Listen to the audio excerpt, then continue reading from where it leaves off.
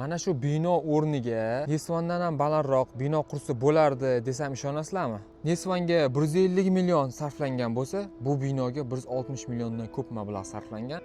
Bu bino Islom sivilizatsiyasi markazi, maydoni 10 gektarga yaqin, 4 ta portallari bor.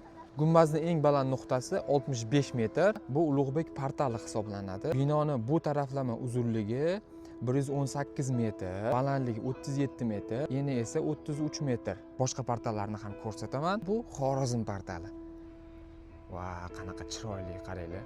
Baribir o'zbek me'morchiligi qaranglar, o'ziga yarasha chiroyli ekan. Bu portalning go'zalligi quyosh botganda ko'rinar ekan.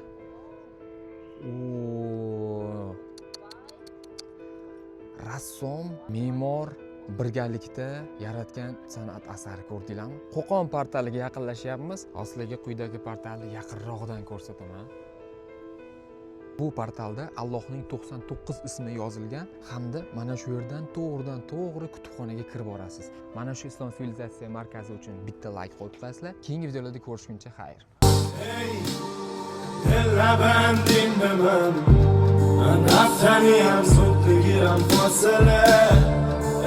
میتونم حرفاتونو بشنوم